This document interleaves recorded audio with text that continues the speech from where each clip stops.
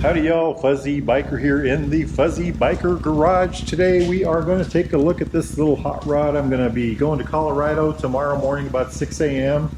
It's about 6 p.m. now, maybe 7 p.m. And that little machine is going to get us there. What is it? It's a Royal Enfield Super Meteor 650.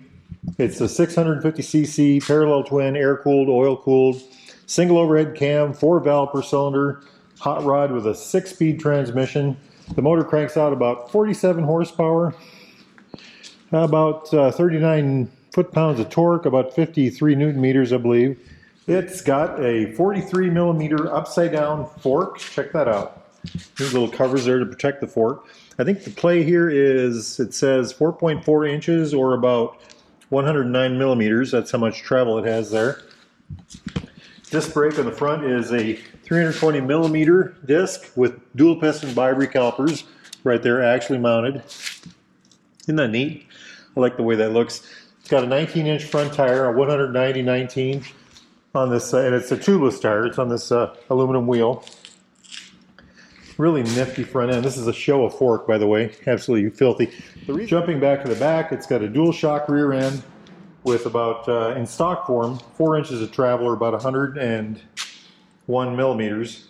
It's got a 300 millimeter disc back there. You know what? I'm going to show you these bags come off so I can show you that disc. Check that out. Isn't that nice?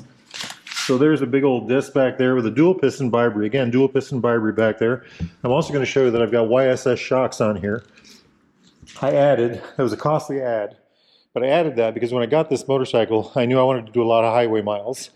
And I thought that was a worthwhile expense for a motorcycle that's going to get a lot of miles. I got this about 6 months ago, and it's got about 7,500 miles on it. I just adjusted the valves again today. The back tire is a 16 150/80. Kind of a nice big old tire on there, and that's the factory tire.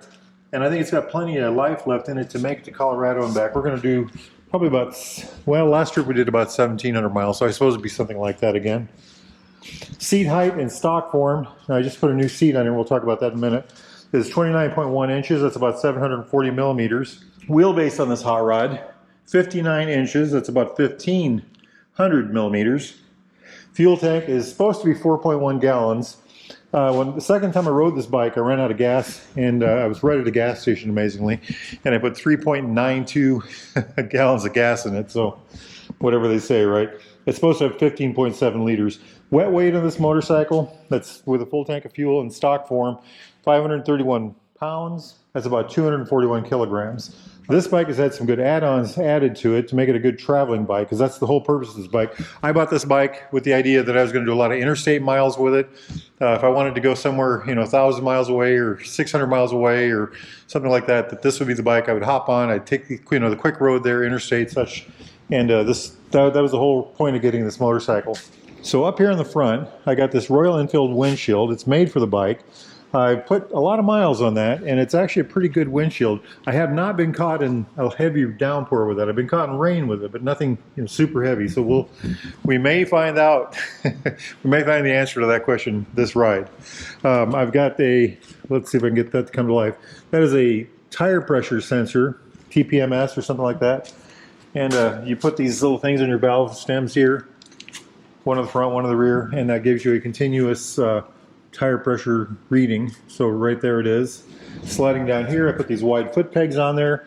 I also put those foot pegs on my Classic, and that's why I knew I'd like them. They're very wide. They give you a lot more options for putting your feet. Sliding back this way, I had these bags, these GB bags put on there.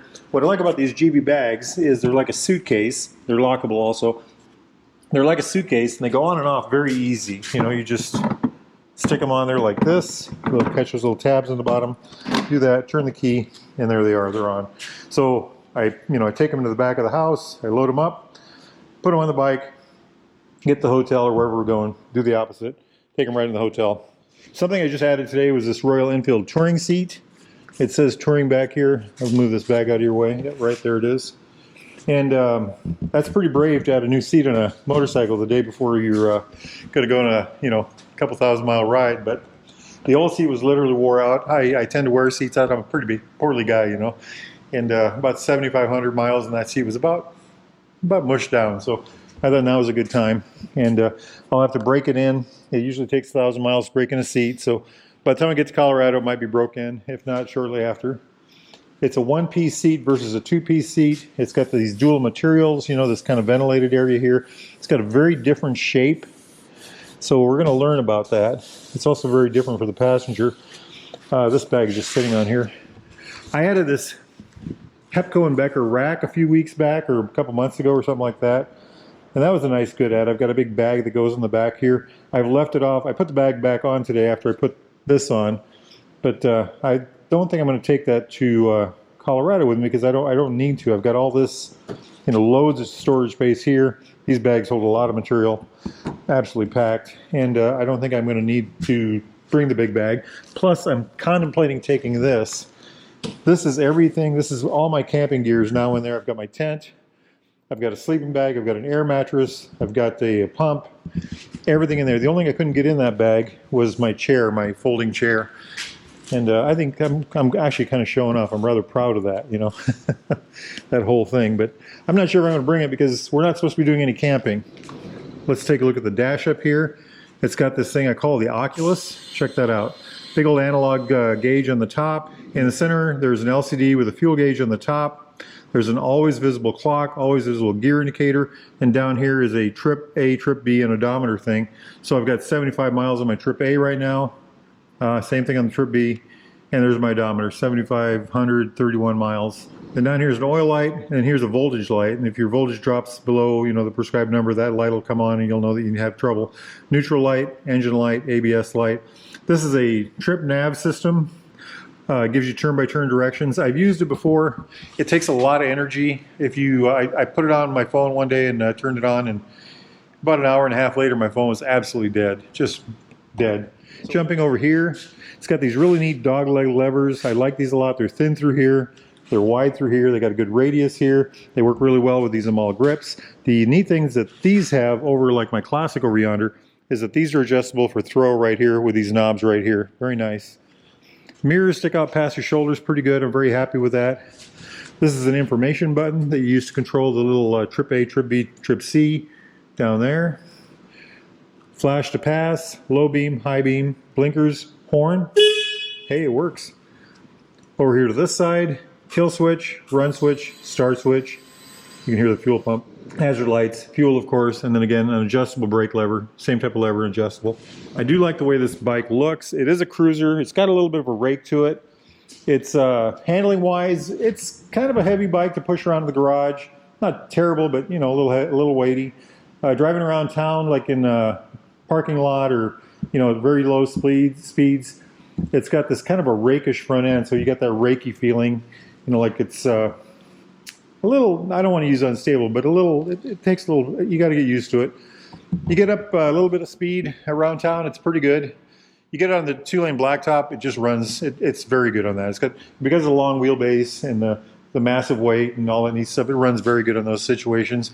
And I think it's an excellent interstate bike. I've been through Kansas City a couple times on this bike, and it just runs like runs like the dickens. I was doing all my traffic work without having to downshift.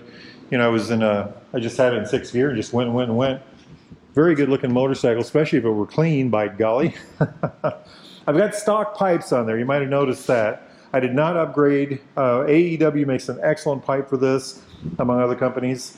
Good friend of mine, Dante, has the AEW pipes like this on his. They got an extra large opening. They do sound very good, but as a bike that I'm going to run down the interstate for hours and hours and hours on end, I just don't want to have the loud pipes on there. So today I took this into the shop. I adjusted the valves, got the oil level to the right level, adjusted the chain, you know, gave everything the big old once over, look over, you know, and then I put this seat on.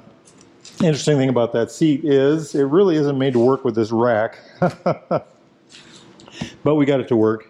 Hepco and Becker. So in order to get that on, I'd take the bags off, the brackets off, or at least loose. I didn't have to take them off. I got them loose. Put the whole thing in, you know, get the seat in there.